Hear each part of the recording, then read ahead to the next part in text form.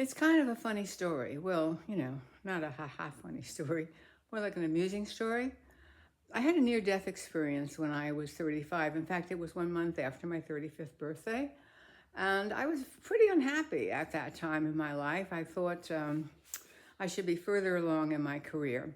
Anyway, I was living on 16th Street in an apartment, and there were a lot of creatives in the same building. There was a singer and well, there was Alfred, who I was having an affair with, my upstairs neighborhood. But the thing about Alfred, he wasn't having just an affair with me. There were a couple other single women in the building who were also taking advantage of Alfred's penis. And I actually didn't mind my friend who was a singer, a chanteuse, Judy, but I kind of minded the woman whose name was the same as Superman's girlfriend. I didn't like that because she came from New Jersey and she was working in an office and she always had these really neat outfits and she was a size 8 and I wasn't.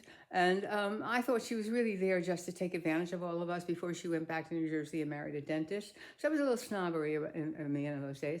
Anyway, one night I was very bored and I was stoned. I smoked a lot of pot in those days. Plus, I was on Valium because I had anxiety, and that's what they did in those days. Now we have wonderful new therapies where you don't have to take drugs.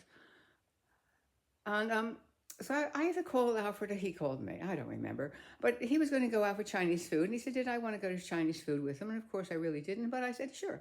Because what else was I doing? And we went, but he didn't tell me that one of his friends was coming, his male friend, who didn't like me because he sort of had a crush on Alfred. Only Alfred was straight, not really interested, but not disinterested enough to dissuade this man from pursuing him. Okay, so we went and we had Chinese food. Oh my God. And when we came home, of course, Alfred and I went to his apartment. We smoked a lot more pot. And then we went and had sex. And in the middle of it, I felt a little sharp pain. I said, Alfred. And he said, we were just doing the missionary position, nothing really exciting. And as Alfred said, he was not hung like the Verrazano Bridge. So we stopped. And I guess I was using a diaphragm at the time. And I took that out and I went, oh, this is not a good thing. So I went in the other room to sort of drink orange juice, get my blood sugar up, take more drugs, smoke pot, and take Darvon, which is a painkiller. Now, this was a very bad thing for me to do because pain is a way of telling your body and telling your mind there's something wrong with you. But if you kill your pain, you don't know that. And I was killing my pain all night long. By dawn, my stomach was really distended and I was in terrible pain and I couldn't move. So I called to Alfred, who had not had a problem. He'd just gone back to sleep, and said, Alfred, I don't think I can move. And he said, well, maybe you should go home. I said, Alfred, I can't move. So we called my doctor, who would not see me because I owed them $75, the OBGYN.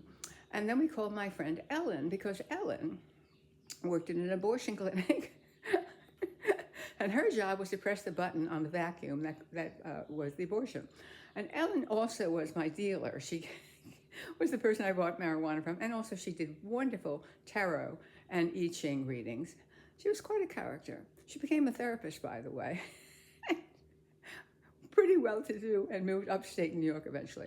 But there we were, and she came in and she saw me. I was on the bathroom floor by now, and she said, oh, Carol, you're going to need more than a doctor. We're going to have to go to the hospital. I said, I can't go to the hospital. I have no money. Well, they're not going to charge you to go to the hospital. So she said, well, you're going to have to, we have to take you out of here or you might die. I would die. I am thinking, So we went to the hospital and we got an ambulance. The ambulance came and carted me out, which was very embarrassing. In the elevator, I saw my neighbors. And of course, everyone wanted to know what had happened. We don't want to say what happened.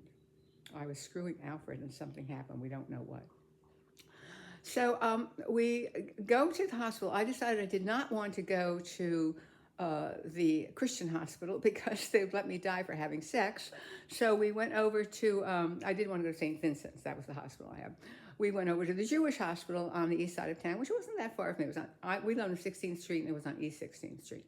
So we went over there and lo and behold, in the emergency ward, there was a man I knew. A doctor on call was the man I knew. My mother had fixed me up with him a couple of weeks before. My mother worked in the hospital up in the Bronx where she put away x-rays.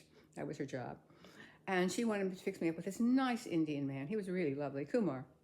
But of course, I had no interest in Kumar, and Kumar had no interest in me at all. But when I came in, he said, "Oh, Carol, what are you doing here?" I said, "I don't know." I don't know.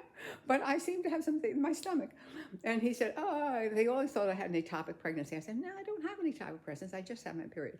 But on the table or the bed next to me, there was a man with a knife between his shoulder blades. And so that was very dramatic. And they sort of thought, "Oh, just another pregnant woman. Let's take care of the guy with the knife with, between his shoulder blades." Alfred is standing around like, and Ellen is going, "We have to get a doctor, Carol. We need to get you a doctor." And suddenly I hear Kumar say, she's going. And lo and behold, they're right. I was dying. And they threw, what's that thing that they do when you're having an allergic reaction?